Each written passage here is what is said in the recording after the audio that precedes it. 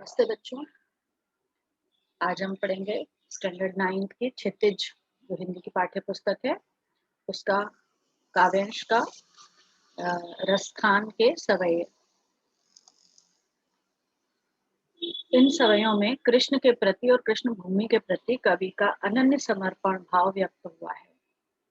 कृष्ण के रूप सौंदर्य के प्रति गोपियों की उस मुग्धता का चित्रण है जिसे वे स्वयं कृष्ण का रूप धारण कर लेने चाहते हैं।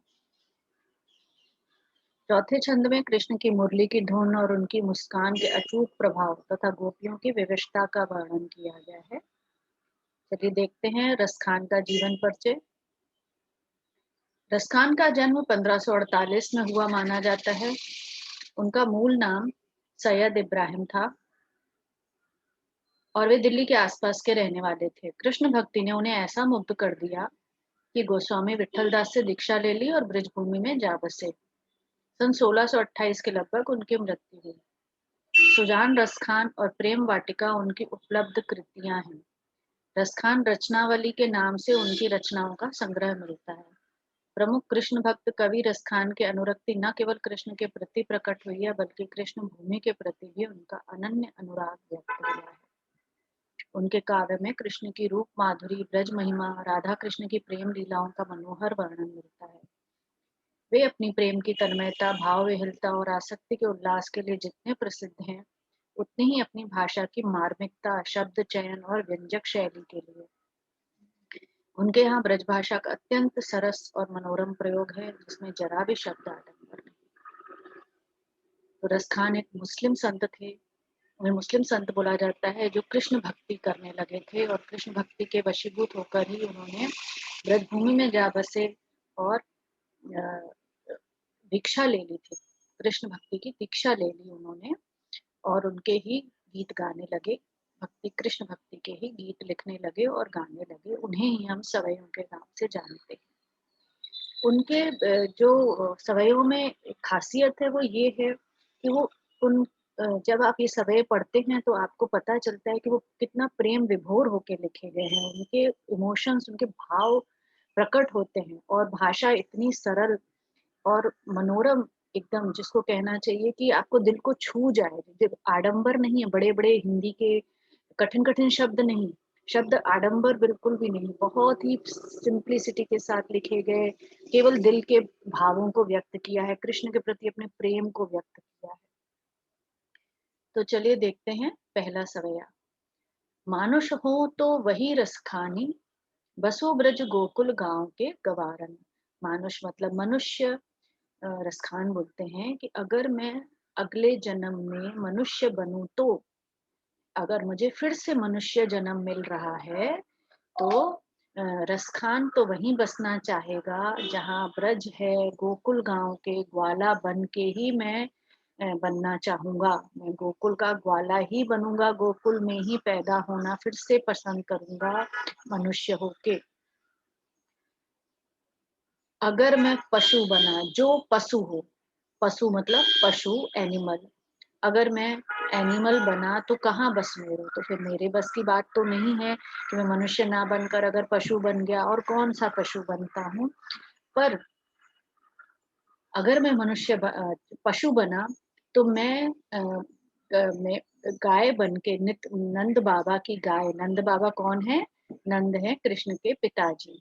तो रसखान की ये भगवान से विनती है कि अगर मैं एनिमल बन जाऊं तो मैं नंद बाबा के गायों के बीच में ही चरूं। गाय भैंस में जो कुछ भी बन जाऊं, बकरी, तो उनकी ये अभिलाषा है कि वो नंद बाबा की गायों के बीच में ही विचरण करें, उनकी गाय बन जाएं या उनके बीच में कम से कम विचरण करें। क्योंकि उनका बस तो है नहीं, क्योंकि हमें हिंदू धर्म में ऐसा माना जाता है कि हमें अपने कर्मों के अनुसार ही अगली योनि मिलती है। अच्छे कर्म करने वाले को मनुष्य योनि मिलती है और बाकी सब धीरे धीरे निम्न योनियां मिलती जाती हैं। तो ये रसखान जी का कहना है कि मनुष्य बने तो गांव के, गोकुल गांव के ग्वाले बन जाएं, उनके बीच में रहें, और अगर पशु बने तो भी वो गोकुल गांव में ही गायों के, जो नंद बाबा की गाय हैं, उनके बीच में बसे। अगर पाहन हो, पाहन मतलब है पहाड़, पत्थर, पत्थर हो तो वही गिरी को, गिरी मतलब पहाड़, अगर वो पत्थर बने तो उसी पहाड़ का पत्थर बनना चाहेंगे जिसको कृष्ण ने अपनी पुरंदर, हरि छत्र पुरंदर, पुरंदर के दो अर्थ हैं, पुरंदर का एक अर्थ है इंद्र और दूसरा अर्थ ये भी होता है छोटी उंगली पर उठाना। तो जिसे हरि ने, हरि मतलब कृष्ण, छत्र मतलब छतरी की तरह अपनी छोटी उंगली पर उठा लिया था, अर्थात गोवर्धन पर्वत। ये इसकी कहानी का क्या है कि एक बार जब इंद्र देवता ब्रजवासियों से नाराज हो गए थे तो इतना उन्होंने, इतने बारिश की थी कि वहां पे बाढ़ आ गई थी, और तब कृष्ण ने सब ग्वाल बालों सहित गोवर्धन पर्वत के पास गए और गोवर्धन पर्वत का जो था अंश था उसको उठा के अपनी छोटी उंगली पे उठा के उसको छतरी की तरह उठा लिया था, और उसके नीचे सब गोकुल गांव के वासी ने अ, शरण ली थी जब तक बाढ़ चल रही थी। और आखिर में इंद्र का जो था अहंकार वो चूर चूर हो गया कि वो अ, कृष्ण से, कृष्ण भक्ति से बड़े हैं। तो इस तरह से रसखान का कहना है कि अगर वो पत्थर बने तो उसी गोवर्धन पहाड़ के पत्थर बने, जिसे कि कृष्ण ने छत्र की तरह धारण किया था अपनी छोटी उंगली पर, उसी गोवर्धन पहाड़ पे वो पत्थर बन के रहना चाहते हैं। जो खग हो, खग मतलब पक्षी, अगर वो पक्षी बने तो बसेरो कहाँ करेंगे, कहाँ रहना, अपना नेस्ट कहाँ बनाना पसंद करेंगे? कालिंदी मतलब यमुना नदी। कालिंदी क्यों बोला जाता है? यमुना नदी का दूसरा नाम है कालिंदी। कूल कदम्ब की डार, जहाँ पे कि कदम्ब के पेड़ों की डालें जिस यमुना नदी के किनारे हैं, उसी पर मैं पक्षी बनकर घूमना पसंद करूंगा, वहीं पर मैं अपना बसेरा बनाना पसंद करूंगा। अर्थात कि जो रसखान है वो कृष्ण की जन्मभूमि के प्रति उनके अत्यंत प्रेम को दर्शा रहा है, उनके उस दिल के भाव को व्यक्त कर रहा है कि जहाँ कृष्ण पैदा हुए वो जन्मभूमि इतनी महान है कि अगर मैं पत्थर बनूं, अगर मैं पक्षी बनूं, पशु बनूं या मनुष्य बनूं, लेकिन मैं रहना उसी गांव में ही चाहता हूँ जहाँ पे कृष्ण का जन्म हुआ है। मैं कृष्ण की जन्मभूमि में ही अगले जन्म में भी आना चाहता हूँ। दूसरा सवया है, या लकुटी अरु कामरिया पर राज तिहुपुर को तज डारूं, आठों सिद्धि नव निधि के सुख नंद की गाय चराई बिसारूं, रसखान कबों इन आखिन सो, ब्रज के बन बाग तड़ाग निहारूं, कौटिक ए कलधोत के धाम करील के कुंजन ऊपर वारूं। तो खान जी कह रहे हैं कि जैसे कृष्ण भगवान जो थे, जो बाल कृष्ण थे, वो गोकुल में गाय चराया करते थे, तो एक लकड़ी लेते थे और क्या करते थे, कंबल डाल लेते थे अपने कंधों पर। तो कृष्ण की उस छवि पर रसखान कह रहे हैं, लकुटी मतलब लकड़ी, कामरिया मतलब कंबल, उस कमरिया, उस कंबल और उस लकड़ी पर, उस छवि पर जो कृष्ण वो ऐसे लेके निकलते थे, तो उस छवि पर मैं तीन लोक का, तिहुपुर मतलब तीनों लोकों का राज जो है वो तज मतलब त्याग डालूं। तीन लोक कौन से? धरती, आकाश, पाताल, स्वर्ग, नर्क और धरती, इन तीनों लोकों का राज मैं त्याग सकता हूँ उस भगवान की उस छवि पे। जो भगवान इतने सुंदर लगते थे कृष्ण भगवान, जब वो अपनी लकड़ी और कंबल कर डालकर गायों को चराने निकलते थे। आठों सिद्धि नवों निधि के सुख, नंद की गाय चराई बिसा। इस खान बोलते हैं कि जो सिद्धियां, जो आठ सिद्धियां और नौ निधियां, नौ निधियां कौन सी होती हैं? कुबेर के नौ रत्नों को नौ निधियां बोलते हैं, अर्थात उसको एक भी निधि किसी के पास हो तो वो दुनिया का सबसे बड़ा अमीर आदमी बन जाए। और आठों सिद्धियां मतलब ऐसी शक्तियां जो ऋषि मुनियों के पास होती हैं, जिनसे कि वो कोई कहीं भी पहुंच सकते हैं, या कुछ भी, कई बार हम देखते हैं कि ऐसे संतों के पास जो वो बोल देते हैं तो वो सत्य हो जाता है, उसको सिद्धि बोलते हैं। इसको सिद्धि बोली, वाक सिद्धि मतलब जो आप मुंह से बोलेंगे।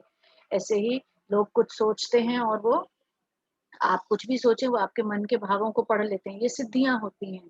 तो इस तरह आठ सिद्धि और नौ निधि जो कि बड़े बड़ी तपस्याओं के बाद किसी को भी मिलती हैं, हजारों सालों की तपस्याओं के बाद लोगों को प्राप्त होती हैं, ऐसे सिद्धियां और ऐसी शक्तियों को भी मैं नंद की गाय चराने में बिसार दूं। मुझे नहीं चाहिए, मुझे नहीं करनी है ऐसी तपस्या जिसमें कि मुझे 8 सिद्धि 9 निधि मिल जाए, लेकिन मुझे जो नंद की गाय चराने का सुख है वो चाहिए। उसके आगे ये सब बेकार है।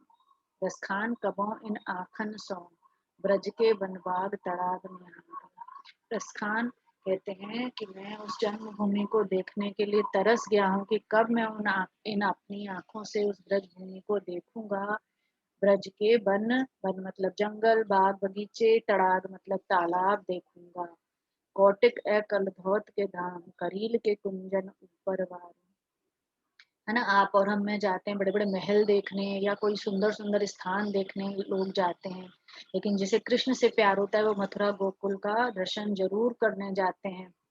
क्योंकि क्या बोल रहे हैं रसखान की कौटिक मतलब होता है करोड़ों, कलधौत मतलब सोने चांदी के महल, वो ऐसे करोड़ों सोने चांदी के महल जो हैं, मैं उस करील के, जो करील क्या होता है कांटेदार झाड़ी के, कुंजन मतलब के उस जंगल पे, उन बागों पे मैं वार दूं।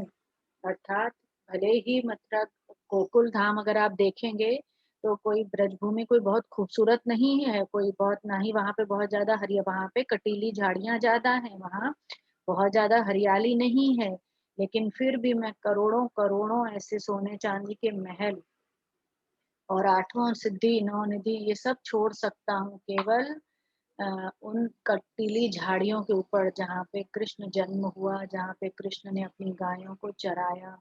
मैं उस पे वार सकता हूँ ऐसे हजारों करोड़ों रुपए और ऐसे सुख मैं त्याग दूं कृष्ण जन्मभूमि के ऊपर। तीसरा क्या है?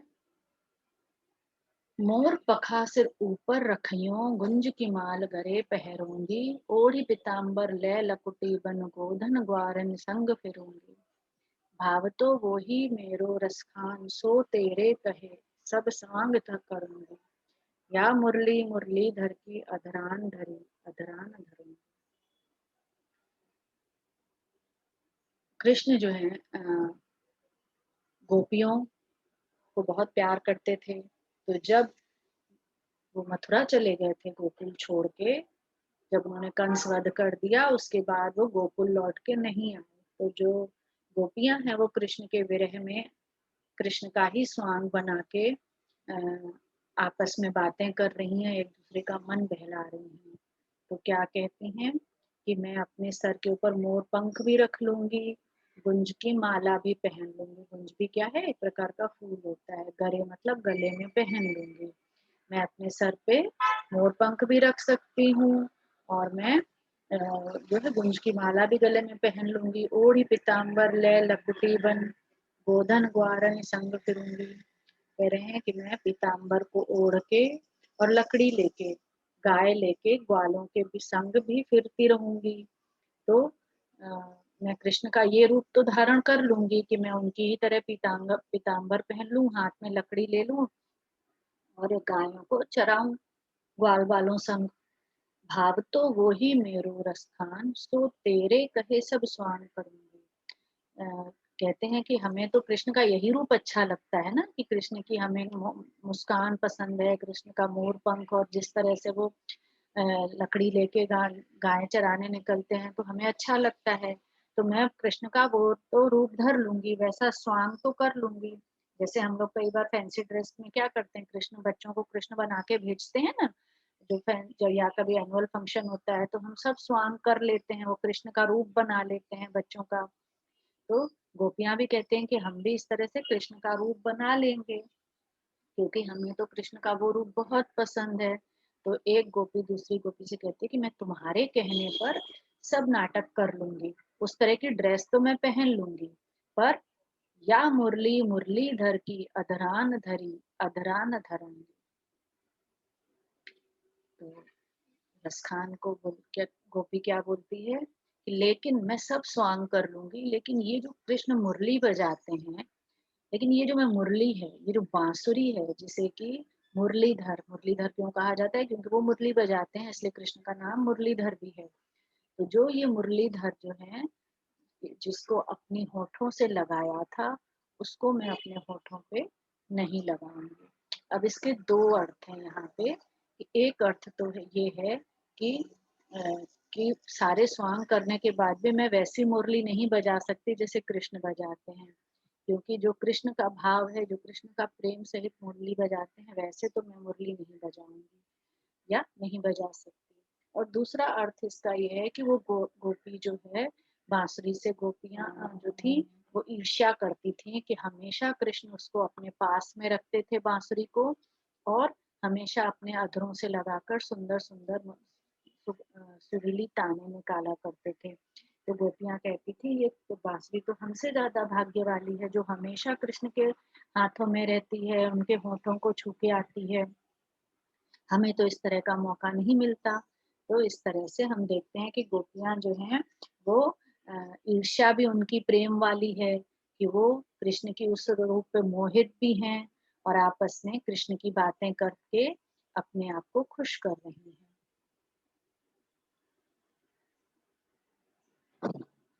चौथा सवया है, कानन दे अंगुरी रही वो, जबहि मुरली धुनि मंद बजै है, मोहनी तानन सौ रस खान अटा चढ़ी, गोधन गहे तो गहे, तेरी कहो सिगरे ब्रज लोगनी, काल्हि को कितने समझाओ, माई रे वाह मुख की मुस्कान, समारी न जय है न जय है न जय। अब कवि का कहना है, रसखान कह रहे हैं कि जो गोपियां थी उन्हें सब लोग बड़ा मना करते थे कि कृष्ण के पीछे पीछे क्यों जाती हो, अपने घर का काम काज छोड़ के कृष्ण के पीछे चली जाती थी। जैसे ही कृष्ण की मुरली की आवाज आती थी, गोपियां भाव विभोर होकर उसके पीछे चली जाती थी। तो उन्हें उनके घर वाले जो थे गोपियों के, वो बहुत नाराज होते थे। तो गोपियां कहती हैं कि हम अपने कानन, काननी मतलब कान पे अंगुली, अंगुरी मतलब अंगुली रख लेते हैं, जब ही मुरली धुनी मंद बजे। वो कह रही है जैसे ही मुरली की आवाज आती है, मंद मंद आवाज है, जैसे ही हम सुनते हैं, हम अपने कानों पे उंगली रख लेते हैं कि जैसे हमें ना सुनाई दे। मोहनी तानन सो रसखान अटा चढ़ी, गोदन गहे तो गहे।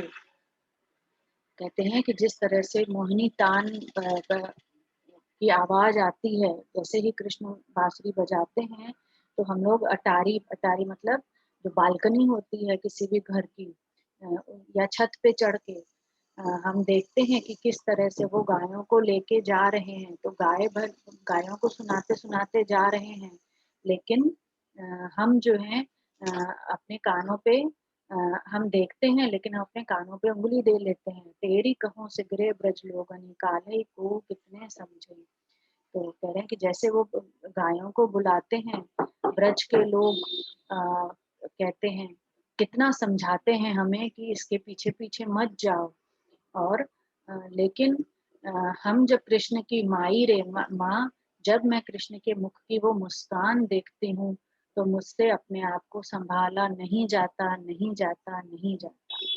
अर्थात गोपी अपनी विविधता प्रकट कर रही है कि मैं जैसे ही कृष्ण को, मैं एक बार बांसुरी सुन के अपने कान बंद कर सकती हूँ, और जब मैं उनकी आवाज सुनती हूँ कि वो किस तरह से गायों को पुकारते हैं, तब भी मैं अटरिया पे चढ़ के देख सकती हूँ, अपनी बालकनी से, अपनी छत से कृष्ण को देखती हूँ और अपने आप को रोकने की कोशिश करती हूँ। लेकिन जैसे ही मैं, आप चाहे मुझे कितना भी समझाएं, ब्रज के लोग कितना समझाए हमें, लेकिन जैसे ही हम कृष्ण की मोहक मुस्कान देखते हैं, हमसे संभाला नहीं जाता और हम उनके पीछे पीछे चल पड़ते हैं।